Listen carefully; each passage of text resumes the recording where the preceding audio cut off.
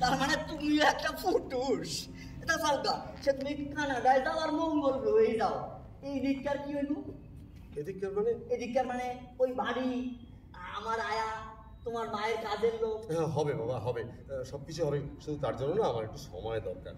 এটা না হয় ঠিক আছে, বাড়িটা হয়তো খাইবো, ওই বুঝুইরা বাড়ি আর কেটা কিনবো, আমিও না হয় হাইগা ওইটা খাইগা যাবো, কিন্তু যার লাইগা তোমার এখানে আসা এত ফুটুস ফাটুস হ্যাঁ থাকবো তো।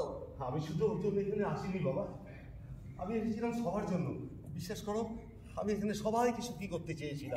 এটা আমি বিশ্বাস করলাম, কিন্তু অন্য সব কিছুর মতো সুখও যে কিনতে হয় বাসা ধন, তা তোমার সেই ধনটা কই? আছে বাবা, আছে।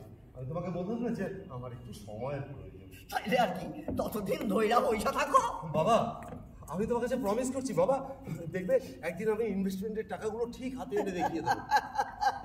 আরে এটা তো আমারই বলতে হইলো, আমারও তো লাখ লাখ টাকা ইনভেস্ট করা আছে। ধরো ওই রয়্যাল ভুটানে 1 কোটি, বঙ্গলক্ষ্মী সুপারে 1.5 কোটি, খালি লাস্ট একটা নম্বর ওইটা মিললে গেলেই।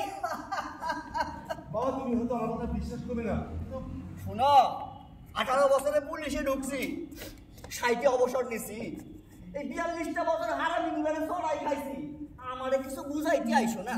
কি সিরা এত বছর কানাডাইছি, তোমারে আবার যাইতে হইব? তুমি যা ইচ্ছা বলতে পারো বাবা, আমি আর তোমাকে কিছু বিশ্বাস করাতে চাই না। সত্যি তো, তোমরা এত কিছু আশা করেছিলে আমার উপরে, আমি তো পারলাম না। আমার এত গান্ডু ভাইও না যে তোমাকে থেকে কিছু আশা করুন। এটা করলে তোমার মায়ে করছে, তোমার হবু বউ এ করছে, আমি খালি বাপ হইয়া একটা কথাই কমু, বামুন হইয়া চান্দে হাত বাড়াইতে গেলাকে। ঠিকই বলেছো বাবা। জানো বাবা, ছোটবেলায় ভাবতাম বিরাট ফুটবল প্লেয়ার হবো, মারাদোনার মতো, দিন রাত প্র্যাকটিস করতাম। শেষ পর্যন্ত স্কুল টিমেও চান্স পেলাম না। ফুটবলটা আমার কাছে আকাশের চাঁদ হয়েই রয়ে গেল। তারপরে ভাবলাম অন্য কিছু একটা করি, সবাই তো সব কিছু করে, অনেকে অনেক কিছু পারে, আমি কিছু পারবো না। এখানে অনেক চেষ্টা করলাম, জানো, কিছু হলো না। তারপর 10 বছর কানাডায় গিয়ে, আর হেইটাও আকাশের চাঁদ হইয়া গেল।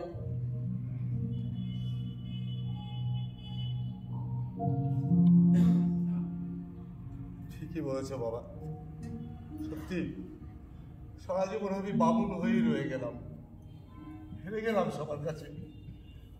পারলে তোমরা আমাকে ক্ষমা করে দিও বাবা।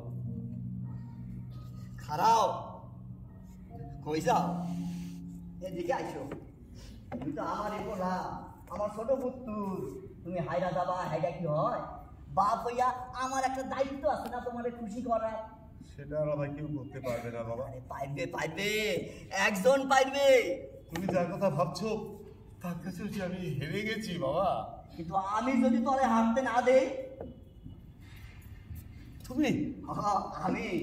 আমি তো রইয়াছি তুই শেষ সময়ে এই হাঁকামুতা পুরা হাবড়াটা দেখাই দিবে, তার সন্তানরা হাইরা গেলেও এ হারে নাই।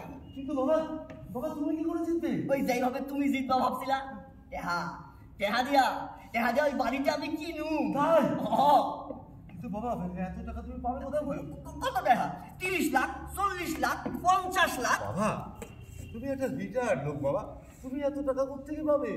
ওই যে কইছিলাম না লটারির লাস্ট নম্বরটা মিলে নাই, ওইটা মিথ্যা কইছিলাম, আসলে ওটা মিল্লা গেছে। তুমি কাউকে কিছু বলো? পাগল, কইলে শকুনগুলো সব হাবড়াইয়া পড়তো না। বলে বাবা, এতগুলো টাকা তুমি এমনি রেখে দিয়েছো? এমনি কেন কইলো? টাকাগুলো রাইখা দিয়েছি কেন জানো? আমার বউ, আমার পোলা পানগো ভালোবাসা কিনুম বইলা সকলের বাজায় দেখছি, কারোর ভেতরে মালটাই নাই, তা কিনুম কি? একমাত্র তোমার রেখা মনে হইছে তোমার ভিতরে এই জিনিসটা আছে, তাই তোমার হইয়া আমি ওই বাড়িটা কিনুম। তোমার ভালোবাসা, তোমার বউয়ের ভালোবাসা আমি কিনুম।